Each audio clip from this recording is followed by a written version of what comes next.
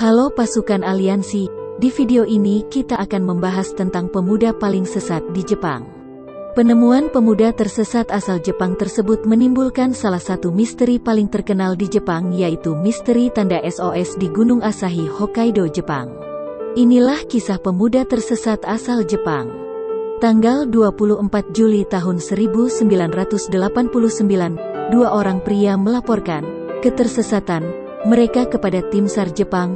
Menurut laporan, mereka tersesat di lereng Gunung Asahi di Taman Nasional Daisetsuzan, Hokkaido, Jepang Utara, menunggu dijemput sebelum keadaan memburuk. Tim SAR mengerahkan sebuah helikopter penyelamat untuk melakukan pencarian dari udara. Seorang anggota tim SAR melihat sesuatu yang tidak biasa di daratan, sebuah tanda SOS yang disusun dari potongan batang pohon yang kemudian dibentuk menjadi huruf SOS sebesar titan penyerang, panjang 18 meter dan tinggi 5 meter dan berjarak sekitar 4 km dari puncak Gunung Asahi. Tim SAR memutuskan untuk mendekat dan melakukan pencarian di daerah sekitar tanda SOS. Sekitar 1 km dari lokasi, tim SAR berhasil menemukan dua orang pemuda yang dikabarkan hilang saat mendaki gunung. Tim SAR kemudian mengevakuasi keduanya ke fasilitas kesehatan terdekat. Setelah keadaan membaik, tim SAR sempat berbicara dengan mereka. Dalam pembicaraan tersebut, tim SAR memuji tindakan mereka karena tanda SOS yang mereka buat sangat membantu proses pencarian karena tim SAR tidak perlu masuk ke dalam hutan untuk mencari tanpa petunjuk. Namun anehnya saat kedua pemuda tersebut mendengar tentang tanda SOS tersebut, keduanya menyangkal telah membuatnya. Sontak saja pengakuan ini malah membuat kaget tim SAR. Jika bukan kedua orang tersebut, terus siapa yang membuatnya dan sejak kapan tanda tersebut ada di lokasi? Untuk menjawab pertanyaan itu, keesokannya tim SAR segera terbang lagi mendatangi lokasi tanda tersebut. Di sana tim SAR melakukan pencarian dengan lebih teliti. Di sana tim SAR menemukan tulang-tulang yang berserakan dalam jarak 10-30 meter dari tanda SOS. Di beberapa tulang ditemukan bekas gigitan hewan liar yang ada di hutan. Selain itu, beberapa tulang juga dalam kondisi patah, yang menandakan jika sang pemilik tulang tersebut mengalami cedera yang parah. Selain itu, tim SAR juga menemukan beberapa barang yang diduga sebagai milik dari seseorang, yang terdiri dari sebuah tas punggung, beberapa kaset, tape recorder dan beberapa alat kebutuhan mendaki gunung. Untuk selanjutnya, semua penemuan tersebut dibawa langsung ke Rumah Sakit Asahikawa Medical University di Hokkaido. Dari hasil penelitian tim medis, menunjukkan jika tulang tersebut dimiliki oleh seorang wanita dengan golongan darah O. Namun masalahnya adalah pada barang-barang yang ditemukan tim SAR tidak ada satupun yang menunjukkan bahwa korbannya adalah wanita. Beberapa hal yang ditemukan adalah 3 kaset dan pemutar kaset.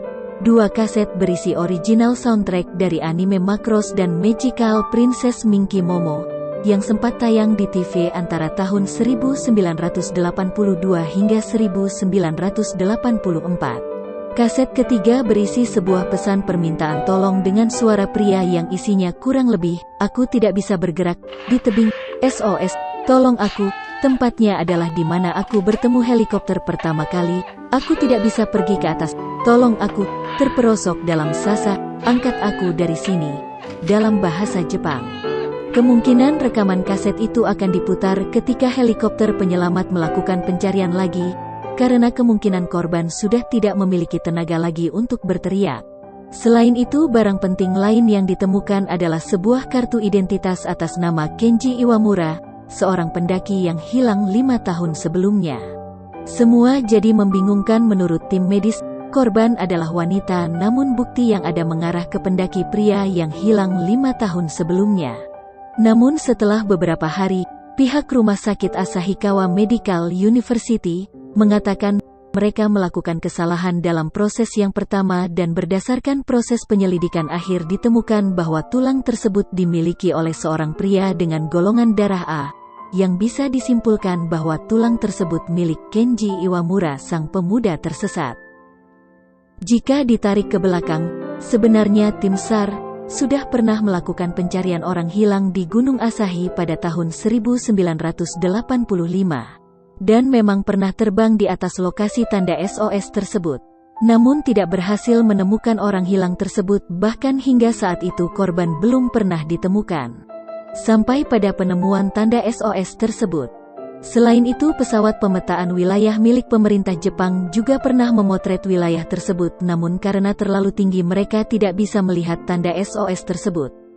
Namun hal yang paling misterius adalah bagaimana tanda SOS tersebut bisa terbentuk, karena sebelumnya tim SAR juga tidak menemukan gergaji atau kapak yang bisa digunakan untuk menebang pohon atau memotong kayu. Selain itu, berdasarkan rekaman suara yang ada di kaset, bagaimana seseorang yang cedera bisa menyusun tanda SOS tersebut, terlebih lagi cederanya patah tulang lengan dan patah tulang kaki serta posisinya yang habis terperosok.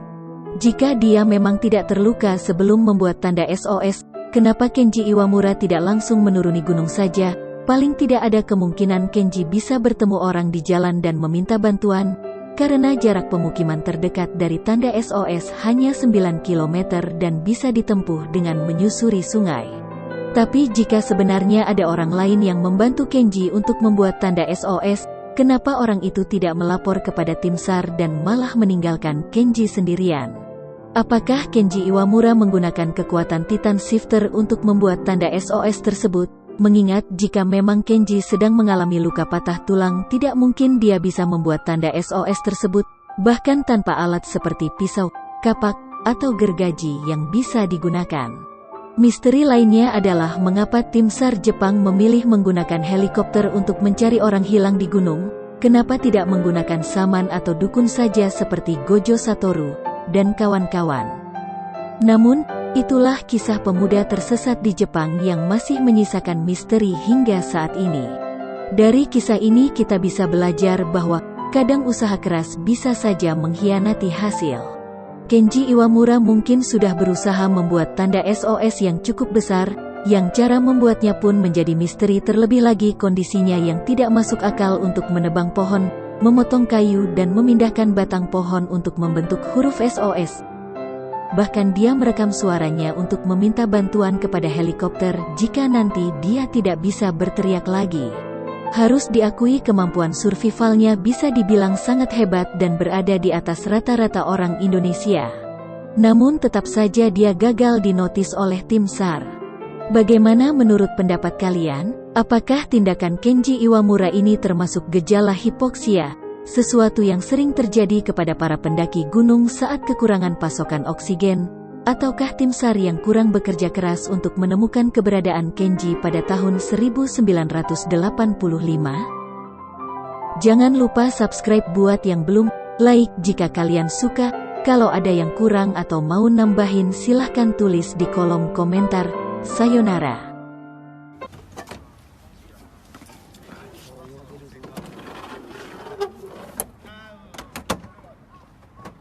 緊張してる？めちゃめちゃ緊張しますね。